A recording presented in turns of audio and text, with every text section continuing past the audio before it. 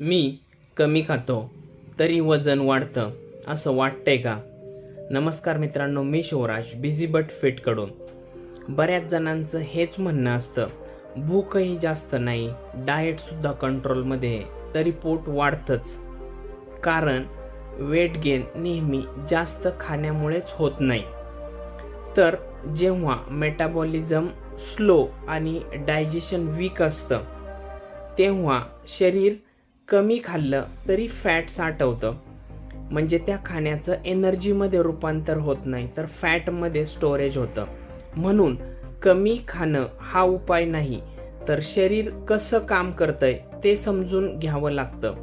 आणि जर कमी खाऊनही वजन वाढत असेल तर कमेंट किंवा DM करा वेट. आणि याच प्रकारच्या माहितीपूर्ण व्हिडिओसाठी चॅनलला नक्की सबस्क्राईब करा. धन्यवाद.